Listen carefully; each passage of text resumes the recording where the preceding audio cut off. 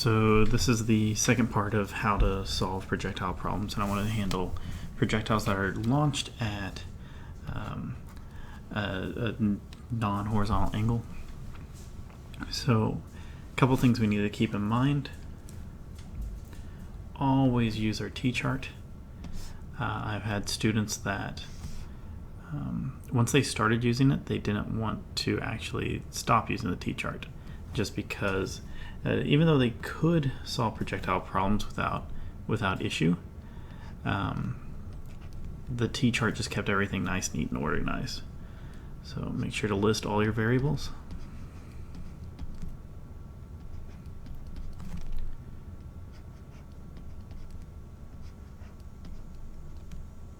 I should probably be using vector notation here.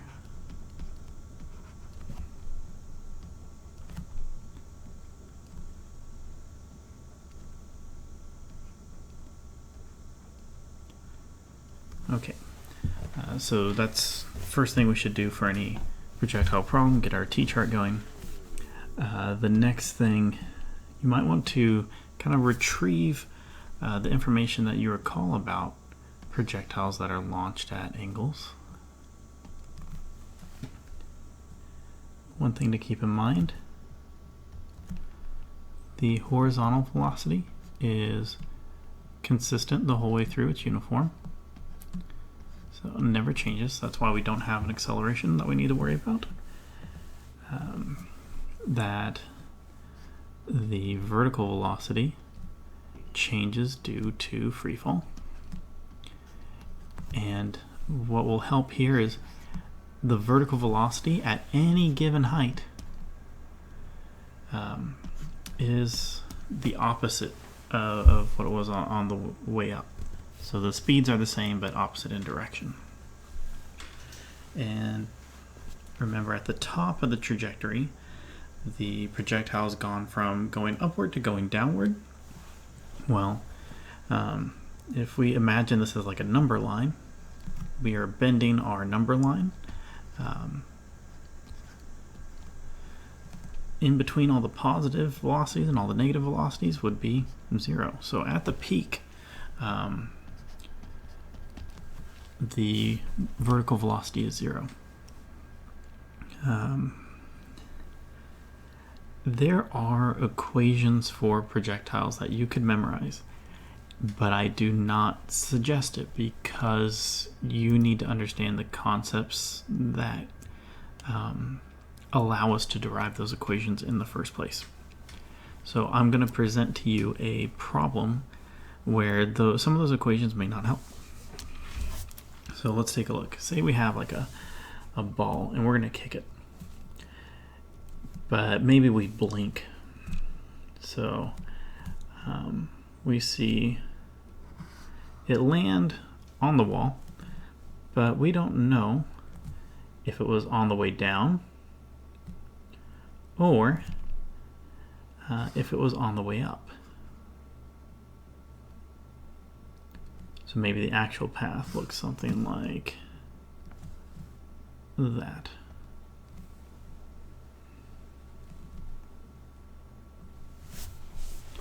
So was it on the way up or on the way down? There are a couple of different ways we can do this. And first, we should just at least list what we know. So let's say that I give you the velocity the ball was kicked at. You know how far away the wall is, and you know the height. So we'll say this is some distance away, and we remember where the ball landed. Maybe it left a mark on the wall. So let's go to our T-chart. We know the distance away. We know the height. So we know the vertical displacement.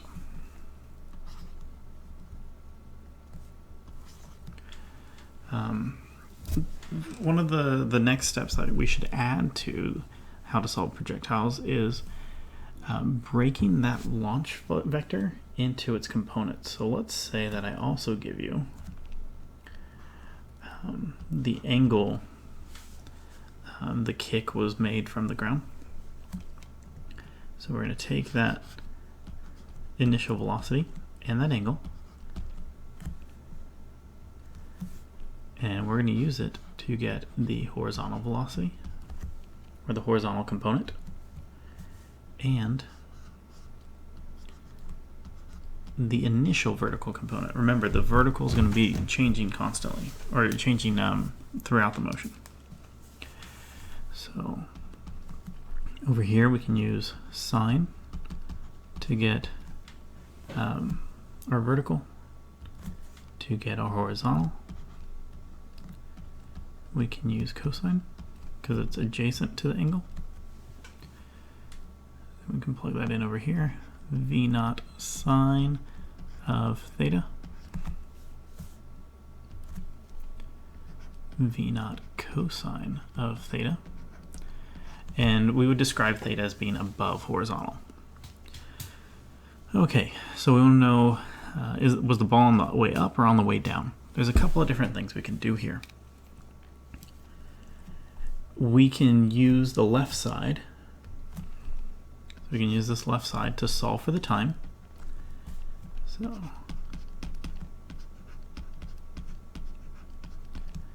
once we have found the time,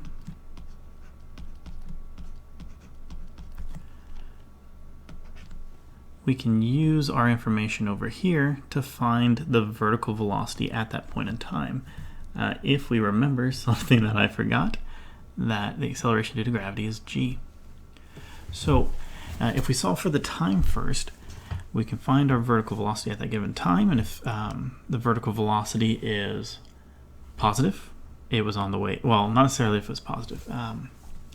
It kind of depends on how we define our coordinate system. So if we say on the way up is positive, then a positive y velocity would tell us that the ball was going up. If we got a negative velocity, then that would tell us that the ball was on the way down. So that's one way to handle it. Alternatively, we can go the other way about this. We can compare the vertical first. Oops.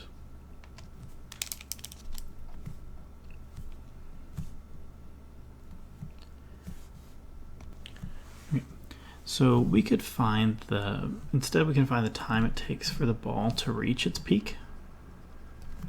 So we can find this time here. So how much time does it take to reach the peak? And once we find that time, so let's say we don't know. We know the vertical velocity at the peak. We talked about that earlier. That would be 0. So we actually have everything we need. We just would not know the height of the peak. So once we find that time, we could plug it into here and figure out what distance we would be at.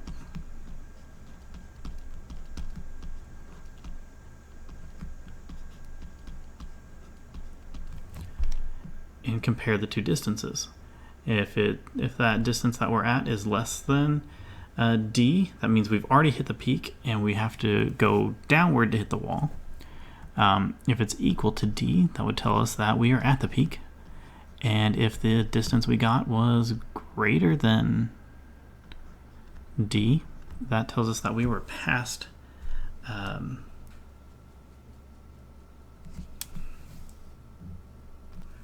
if delta x is greater than d, that would look like something like this here. So this is delta x greater than d. Notice we are on the way up. If delta x is less than d, so we would be on the way down. And hopefully that helps you guys understand the importance of why you can't just memorize range equations or height equations. you need to understand where they come from, and that has to deal with the fact that the horizontal is a constant velocity and the vertical is in free fall. From there you can kind of derive any equations you need. And that's all I got.